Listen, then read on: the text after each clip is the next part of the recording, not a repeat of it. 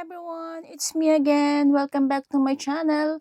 Hello Libra, welcome. Welcome to Tarot Sage JP, Fortune Whisperer. This is Che. And nandito ako ngayon. I'm here today to do your next 3 months tarot reading for the sign of Libra, Sun, Moon, and Rising and Venus sign. So I hope you're all well, Libra. So, sa lagi ko sinasabi nga, as always, the reading won't be for everyone. No, ang reading natin ngayong araw. So, take what resonates for you and leave the rest behind. So, we're going to see what's ahead for you, Libra, sa inyong parating na 3 months, starting this month, April, May, and June. So, okay, so mag-i-start tayo, guys. And gusto ko lang po magpasalamat sa ating mga bagong subscribers, bagong taga-suporta natin sa ating channel. And thank you all so much, guys. Malaking tulong po ito para sa ating channel at sa mga hindi po nag-i-skip ng ads. Pangkapi nyo na lang po sa akin. Please, don't skip the ads po.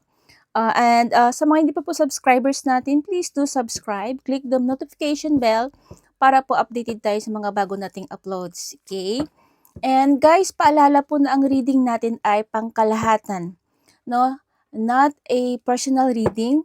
General reading po ito. Kaya maring ang iba sa inyo ay ang reading natin ay hindi makaka-resonate sa inyo, sa mga pangyayari sa buhay nyo. So, iwasan po nating magtampo at mag-message sa akin na yung mga reading natin ay hindi nangyari sa kanila. Kasi nga po, iba po yung personal reading sa general reading. Maaaring kahit ano pong ganda ng reading natin, kung hindi po para sa inyo talaga, ay hindi po para sa inyo talaga. No? Ako rin po ay isang tulad din yung mga Libra. No? Libra din po ako dahil October po ang aking kaarawan. So, pag nagbabasa po ako ng cards, may mga bagay din pong hindi dumarating sa akin, hindi para sa akin. So, kinukuha ko lang din po yung sa tingin kong nakaka-resonate ako. Okay, guys? So, okay, let us start. Libra. So, sana nasa mabuti kang kalagayan, mga mahal kong Libra, nakatulad ko. Okay, so let us start, Libra. So, we're going to see what's ahead for you. No? Okay. Spirit, what's coming through for Libra for the next 3 months? No? Okay, Libra, what's coming through? What's coming ahead, no, for the Libra in the next 3 months? Okay, let's start, Libra. Okay, so kararating ko lang, guys, no, galing work.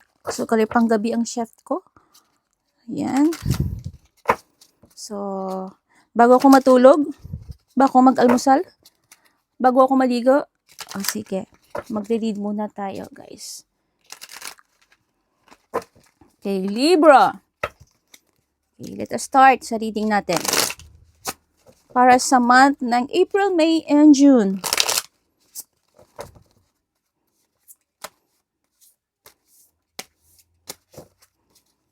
Okay. Okay.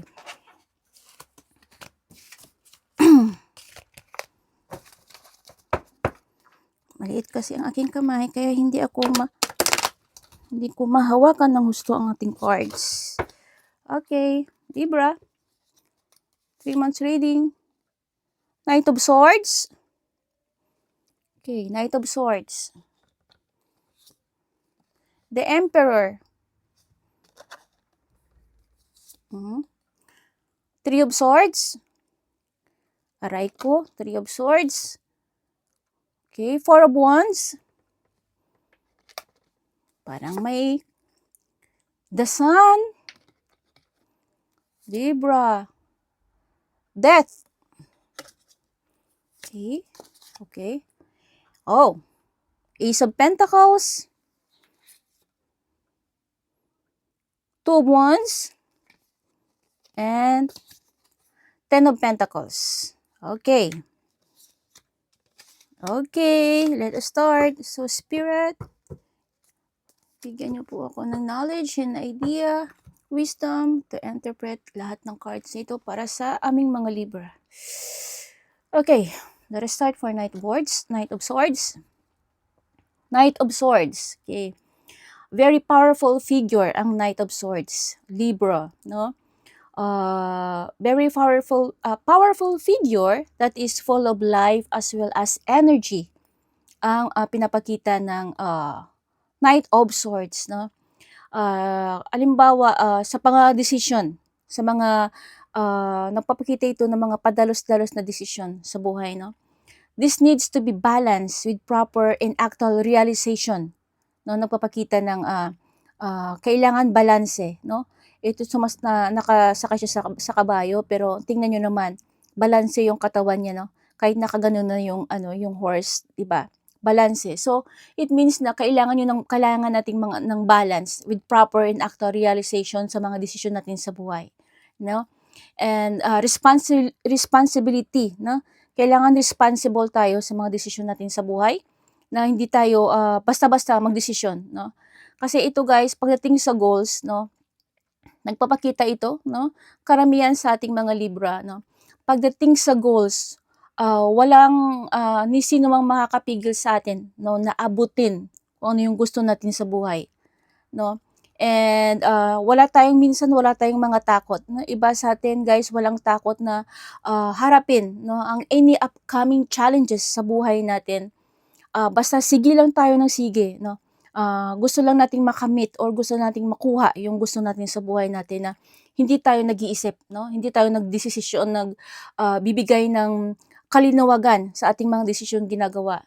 Na minsan, no, yun nga, nasasabi ko nga na hindi tayo nag-iisip o hindi natin pinaplano ng husto ng isang desisyon, na kung minsan yung desisyon na yan ay bumubulag sa atin na makita yung mga consequences, no, na mga maling desisyon na sa bandang huli nalaman natin na mali pala yung mga desisyon na nagawa natin, no. Kaya yung mga consequences ng mga actions natin, huli na, no, huli na natin na-realize na mali pala yun. Kaya magli-lead or nag-lead sa atin sa kapahamakan. So guys, paalala na ang reading natin pwedeng nangyayari sa kasalukuyan at mangyayari sa hinaharap. Paalala guys ha, na ito ay para present and or future na mangyayari sa buhay-buhay natin, ang reading natin. So, ito guys, nagpapakita ito guys na kailangan nating, yun nga, we need to be balanced with proper and actual realization of compassion and responsibility sa mga desisyon natin sa buhay, na hindi tayo magkakamali or maiwasan natin na magkamali sa mga desisyon natin sa buhay na ikakapahamak natin, hindi lang natin, kundi ng ating mga mahal sa buhay. And when it comes sa career guys, no, may mga mahilig tayo, meron tayong ugaling may determinado, no. Sigurado tayo na to get what we want in life, no. Wala tayong kinatatakutan pagdating sa inyong mga trabaho or career. Pinaglalaban niyo kung anong sa tingin niyo na para sa inyo, sa tingin niyo na alam niyong tama kayo, may determinasyon kayo, no, kung ano man yung gusto niyo sa buhay ninyo. So, and you're likely to be excellent at what you do. Kumbaga, no, napakahusay ninyo pagdating sa trabaho, mga Libra. Kasi alam niyo naman yung characteristic ng Libra pagdating talaga sa trabaho, masisipag ang mga yan, may mga determinasyon ang mga yan, no? May mga ambition. So kaya sa ugaling ganyan guys, hindi natin maiiwasan yung mga inggit, no, sa paligid natin. Naiinggit sa iyo, no? Kasi nakikita nila na may potential ka to grow, potential ka to reach your goals in life, no? Lalo na sa karera mo. So maraming inggit sa buhay mo. Sa pagdating sa opportunities na kung may mga opportunities, no, bagong oportunidad na dumating sa buhay mo, Libra, grab it or go for it. Make a big move, no. Be as determined and daring, no, katulad ng Knight of Swords na ito. And I guarantee you guys, you can find success talaga. Kasi itong Knight of Swords guys, nagpapakita ito ng powerful, very powerful, no? Powerful figure siya. So, i-apply natin itong Knight of Swords sa buhay natin, no? Na may determinado tayo, no? Na makuha ang lahat-lahat basta may kasamang talino, determinasyon, balance, no? At saka responsibilidad, excuse me guys, responsible tayo sa mga desisyong gagawin natin sa buhay natin. Iwasan natin magkamali para maiwasan natin yung kapahamakan na maidudulot nito sa buhay natin, maidudulot ito sa mahal natin sa buhay or sa pamilya natin or sa mga karera natin. Okay? Knight of Swords. And the Emperor. When it comes sa financial guys, sa career, this card symbolizes power din. Power, okay? May authority and gaining status of fame, kumbaga. And you are on top of things and everything in under your control, kumbaga. So, kontrolado mong lahat ng desisyon sa buhay mo kasi mga Libra, no, lahat naman ang mga desisyon natin sa buhay tayo yung kumukontrol. Tayo ang humahawak, no? Tayo yung in charge, no, mga Libra, kayo yung in charge sa mga buhay-buhay ninyo, sa inyong mga desisyon sa buhay, no? Kayo yung mga nagsiset up, no, ng inyong mga rules and boundaries sa buhay ninyo. So, dahil sa ugaling ganyan, no, mga Libra, minsan, yun nga, sinasabi ko nga, dahil dito na kayo yung gumagawa ng rules sa buhay nyo, nagdidesisyon sa buhay nyo, minsan iiwasan na nagkakamali tayo ng desisyon sa buhay natin. Dahil dito sa ugaling pagiging isang powerful or pagiging isang in charge, no, sa buhay ninyo, no, sa pagdesisyon sa mga buhay-buhay ninyo. Kaya itong Three of Swords guys, nagpapakita ito or nagpapahiwatig ito ng betrayals, pagkawalan, pagkawatak-watak, anxiety, depression, ang Three of Swords. So itong pinapakita guys, no, na malamang dahil sa iba dito sa atin or karamihan sa atin nakapagdesisyon ng mali sa buhay, no? Sa maling mga desisyon natin sa buhay, may mga cases or may mga nangyayari sa buhay ninyo or mangyayari pa lang sa buhay ninyo ang mawalan kayo. Mawalan ng kapamilya, pagkawatak-watak ng kapamilya, pagkawalan ng karera, pagkawalan ng trabaho, pagkawalan ng salapi, no? Pagkawalan ng lahat, lost, may depression or anxiety. Lahat yan guys nararanasan nyo or mararanasan ninyo pag nagkamali kayong magdesisyon. Pag nagkamali kayong gumawa ng isang desisyon sa buhay ninyo na ikapapahamak nyo, lalong-lalo na ng mga mahal nyo sa buhay. Ayan, kailangan guys, no, Libras, kailangan maging balance kayo sa pag-decide or sa pagplano. Kailangan bigyan nyo ng talino ang desisyon ninyo sa buhay na gagawin para maiwasan ang ganitong sitwasyon. Okay, Libra? Ito guys ay babala, no? Babala ng mga paparating at paalala sa mga nagdadanas ng ganitong sitwasyon dahil sa inyong mga maling desisyon sa buhay. And, okay, Four of Wands. Malamang dahil sa mga dito guys, ito nagsisimbolize ito ng kaligayahan, kasiyahan sa buhay. So, malamang dito guys kasi sa Sun, ang Sun guys, nagsisimbolize ito ng joy. No? Ito din ay joy. Joy, new horizon, no? Clarity sa buhay, success. No? Signify success in love, career, health, and spirituality, ang Sun. So, malamang dito guys, naiwasan nyo or maiiwasan nyo yung mga maling desisyon sa buhay nyo. Magkakaroon kayo ng clarity. Clarity sa buhay. Magkakaroon kayo ng, kasi ito guys, best card in the deck to, ang the Sun, no? It can be an excellent omen, no? That everything will work out as you want, ang Sun. Lahat ng gusto nyong maggawin sa buhay nyo, magagawa nyo. Basta maiwasan nyo ang maling pagdesisyon sa buhay.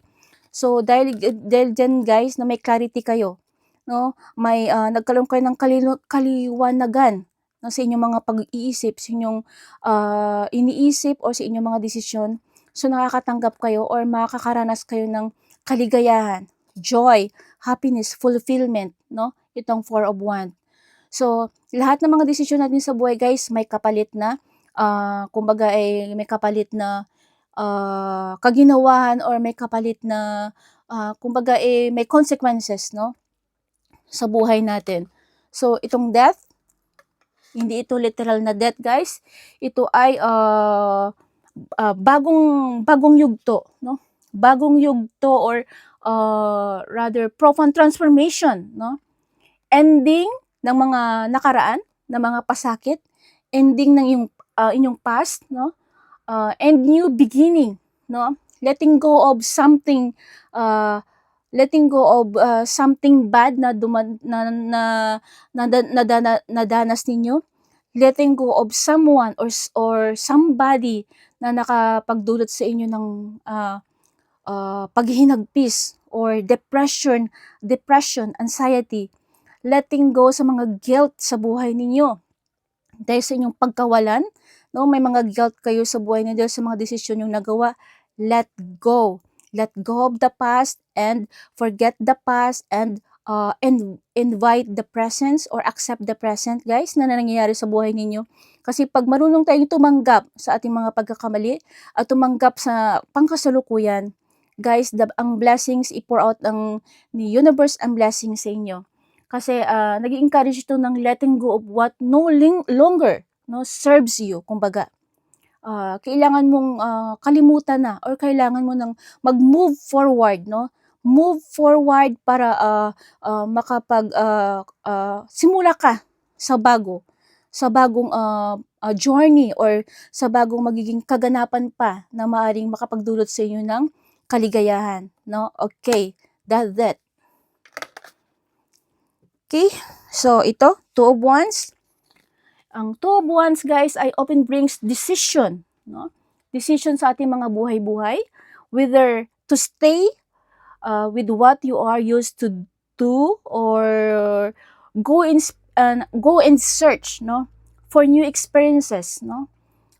Or a new life, kumbaga. So ito guys, choices to. Choices na pumili ng bagong karera, bagong landas na tatahakin. Or iba sa inyo guys, Libra ay kumbaga iba sa inyo ay bored kayo, no, sa inyong present situation ngayon. So gusto nyong humanap ng bagong experience, no? Bagong taste of new experience in life. So pipili kayo ng mga gusto nyong tahaking daan, no? And Tuginday ay ito ay nagsasaad din ito na kailangan yung future planning, kumbaga, future decision making, no? Itong Two of Wands. Kaya nga lang guys, nagpapakita ito nga sa inyong future decision making, kailangan iwasan ang pagkakamali para maiwasan ang itong mga mararanasan nyo, pagkawalan, no, depression, betrayal sa buhay ninyo. So you have to choose the right path para makamit ang mga kaligayahang gusto niyo makamit sa buhay ninyo. Kasi you have the clarity na guys no? Kumbaga itong the Sun guys naipanalo mo na yung mga sakit sa buhay ninyo. Yung mga naranasan ninyo naipanalo na kasi may clarity. You are a powerful person na, no? Ayun yung lakas-lakas niyo na. So dahil sa mga experience ninyo, naranasan ninyo, nagkaroon na kayo ng tatag ng loob, kapayapaan sa puso, kasi tinitingnan nyo na yung future nyo, ahead of you, may maganda kayong future ahead of you, no? So, maiiwasan nyo na yung mga ganyang bagay, mga bad experiences ninyo, kasi nga, nanalo ka na, no? Nakalimutan mo na or, kumbaga, tawag dito, napahalagahan mo na kung ano yung dapat gawin sa buhay ninyo, yung mga plano niyo sa buhay. So, maka-experience kayo ng kaligayahan, party, no? Kaligayahan, kasiyahan, kasama ng inyong mga mahal sa buhay. Okay guys, no? Ayan. And of course, wow, Ace of Pentacles, Ace of Coins, or Ace of Pentacles and 10 of Coins is 10 of Pentacles. So, ito, kapirahan guys. kapirahan. So, ang Ace of Pentacles guys, no, new financial opportunity ang sinasabi ng barang ito. No? Stability. Stability in relationships, and positive outlook in your financial future ang Ace of Pentacles. Ayan o, hawak-hawak mo no. Hawak-hawak mo na yung maaring galing sa, hindi lang maari, kundi galing mismo sa universe, no, na blessings. Dahil, kumbaga may premyo ka, galing kay universe. Financial freedom, spiritual, emotional, na-gain mo na lahat yan. Dahil sa inyong mga pagbabago sa buhay ninyo, dahil nabago nyo na yung mga outlook sa buhay ninyo, yung mga desisyon nyo sa buhay, nagkakaroon na kayo ng tapang, yung mga choices ninyong tahakin sa buhay ninyo, na nakapag-desisyon kayo ng tama, napili nyo yung magandang lada sa buhay ninyo, sa inyong mga karera. Kaya ang in return guys, nagkaroon kayo ng magandang kinabukasan sa salapi. Ten of Coins or Ten of Pentacles, no? Long term of wealth ito guys, no? Inheritance, financial security, no? Or kumbaga bigla-bigla ang swerte sa buhay ang parating sa inyo, Libra, no? Basta nga sinasabi ko nga guys, no, iwasan ang hindi kaaya-aya or iwasan ang mabilisang pagdesisyon sa buhay, no? Kasi sa mabilisang pagdesisyon sa buhay, hindi tayo nakakapag-isip ng tama, no? Kaya nagkakaroon tayo ng maling mga kumbaga mga maling bagay na nakakapahamak sa atin at sa ating mga mahal sa buhay. Kaya iwasan guys ang ganyang mga desisyon, no?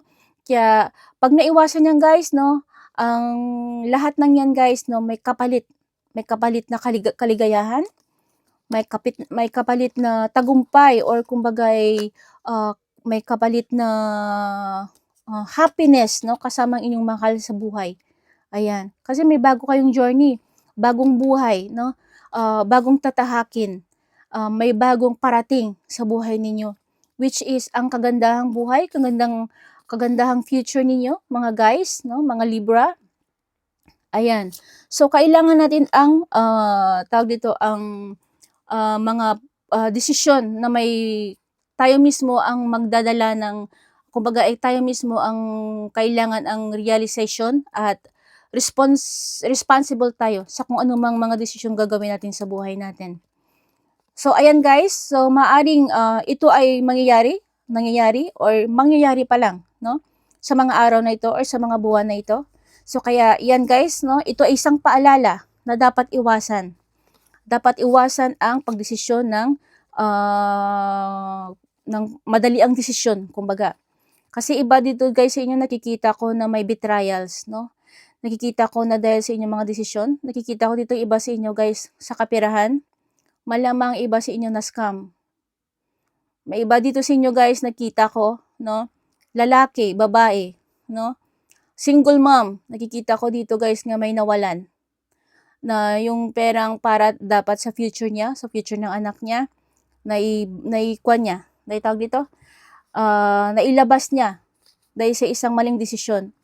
Na iniisip niya lang na maaring ang paglabas niya ng pera niya ay babalik sa kanya ng doble-doble. Pero imbis na yun nangyari sa kanya ay yung kabaligtaran. Nakikita ko dito guys sa parating na araw, parating na panahon, marami pa sa inyo maka-experience ng ganyan pag hindi kayo nag-decide or hindi kayo nagbigay ng kumbaga ng tamang desisyon, ng tamang pag-iisip bago kayo magdesisyon sa mga gusto ninyong gawin sa buhay ninyo. Magkakaroon kayo talaga guys ng pagkawatak-watak ng pamilya. May iba dito sa inyo guys, emergency, yung perang dapat na pang-emergency ninyo, nawala dahil sa inyong kapahamakan na ginawa sa buhay ninyo, ang pagdesisyon ng mali-mali. Nakikita ko dito sa inyo guys na iba sa inyo ay talaga magsasuffer ng depression dahil sa maling desisyon. So kailangan guys iwasan ang maling pagdesisyon. Kailangan bigyan ng katalinuhan. So hindi mo magagawa lahat yan pag wala ang guidance ni Lord. Lahat ng desisyon mo sa buhay, kailangan kasama si Lord. Kailangan kasama ang universe. Ask knowledge, ask wisdom kung anong dapat gawin sa inyong mga desisyon sa buhay. Kasi pag sarili nyo lang guys, pag kayo lang, syempre, ugali talaga ng tao na nagdesisyon tayo kaysa minsan ng sige-sige, no? Ganyan ba? O sige-sige, gawin ko yan, na hindi kayo talaga nagpaplano ng tama, no? Kailangan guys, lahat ng bagay pinaplano, pinag-iisipan, no? At binibigyan ng pagpapahalaga.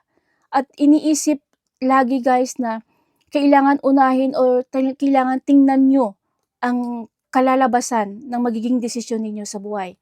Okay guys, kaya iwasan single mom out there, iwasan mo ang magdesisyon ng walang tawag dito, walang katalinuhan para maiwasan mo ang sakit na mararanasan mo. Nakikita ko dito guys, babae, single mom, nakikita ko dito. Maaaring ito ay parating pa lang or na-experience na niya. Kaya please lang guys, please lang Libra, iwasan ang hindi dapat gawin sa buhay natin, okay? So guys, good luck, and then sa inyo guys may parating kayong blessings, financial, spiritual. Ito ay regalo ni universe sa inyo dahil kayo ay may karoon ng katatagan, no? Clarity, at nakapagdesisyon na kayo ng tama sa buhay ninyo. Kasi sa lahat ng buhay, sa lahat ng pagpursige, determinasyon, may success kayong matatanggap at magigain dahil sa inyong mga pagpursige sa buhay, no? Ayan. Okay, guys, Libra, this is your reading for the months of April, May, and June. Okay, good luck. And hoping na lahat kayo ay naka-resonate or makaka-resonate. Kaya nga sabi ko guys, ang card natin ay hindi para sa lahat. So, maring iba sa inyo ay makakapag-resonate, ang iba ay hindi. Okay? Libra, good luck and God bless. That's all for today and see you soon and have a nice day. God bless you guys and I love you all so much. Thank you for visiting our channel and see you soon. Don't forget to subscribe. I love you guys. God bless and bye.